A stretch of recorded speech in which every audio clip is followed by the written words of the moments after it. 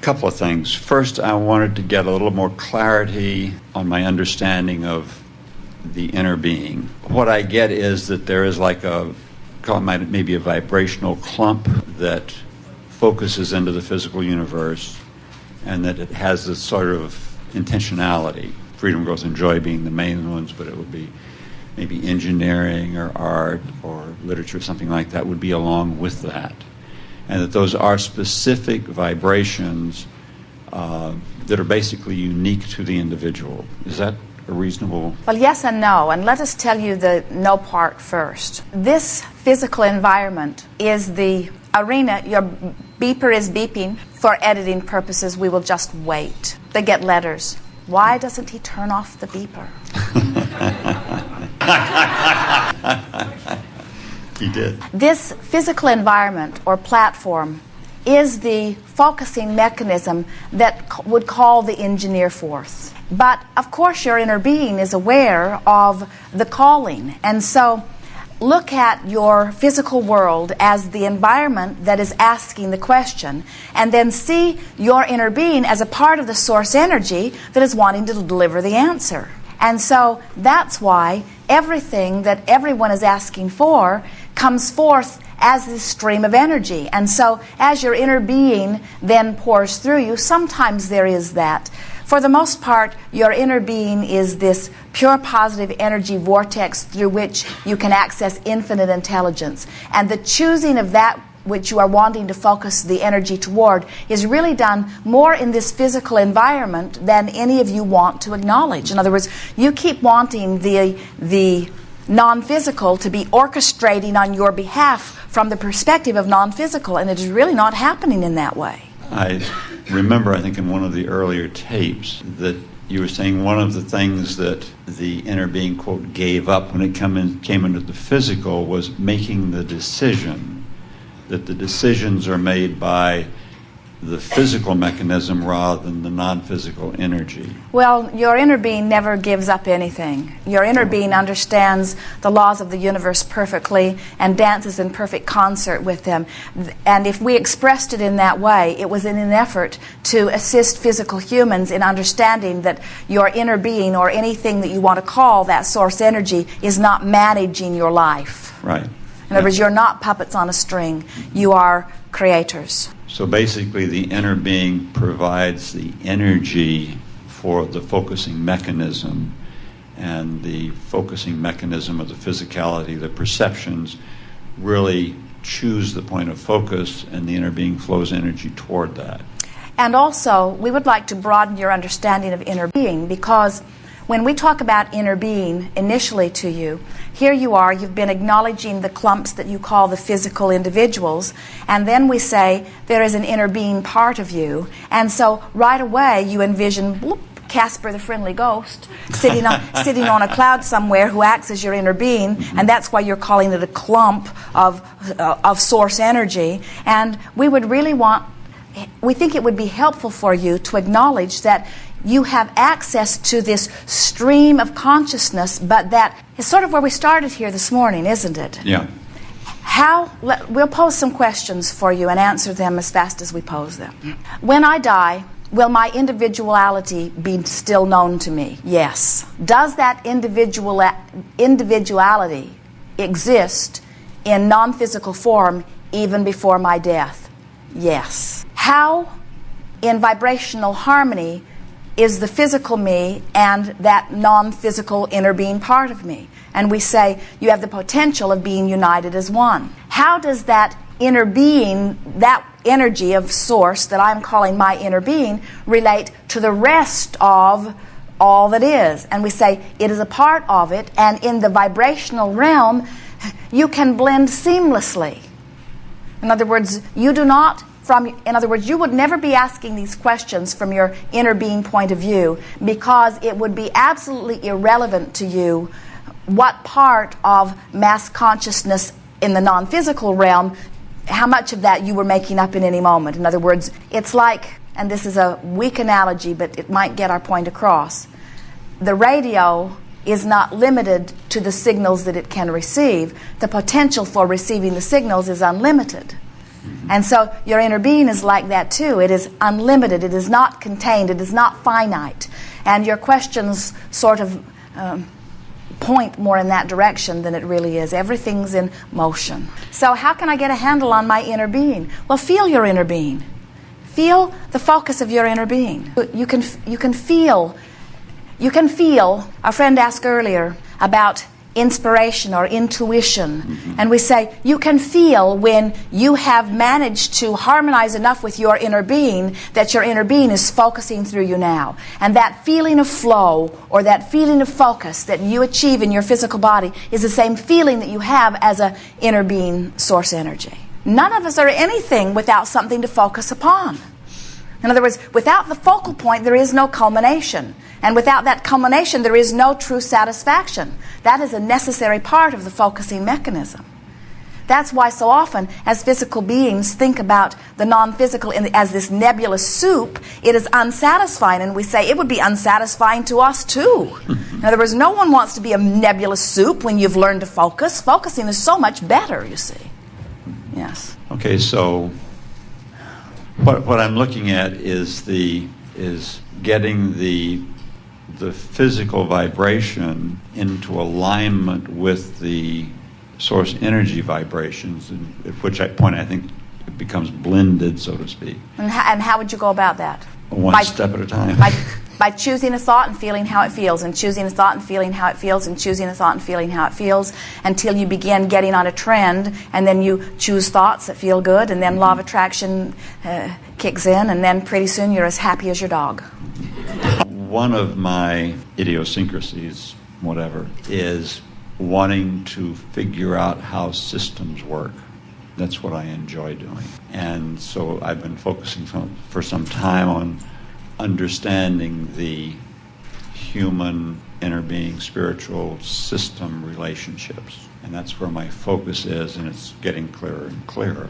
And so it's from that viewpoint of knowing... Well, here's the most important thing that we want to give you about this. You cannot, from where you stand, completely don the perspective of your inner being. And so the best you can do, and it is wholly enough, the best you can do is choose your point of focus and invite your inner being to join you by choosing things through trial and error where you've practiced the feeling of your inner being pouring through you, and then live this focused life here. In other words, don't try too hard to figure out what is non-physical from your physical vantage point. I'm more trying to figure out what the physical is rather than the non-physical. Yes? So what is your question? I'm looking at primarily organic life as being supported by having a feedback mechanism developed so that as source energy flows through it, it activates that feedback mechanism, which then relates to Still trying to replace your guidance system. I'm looking for my guidance system.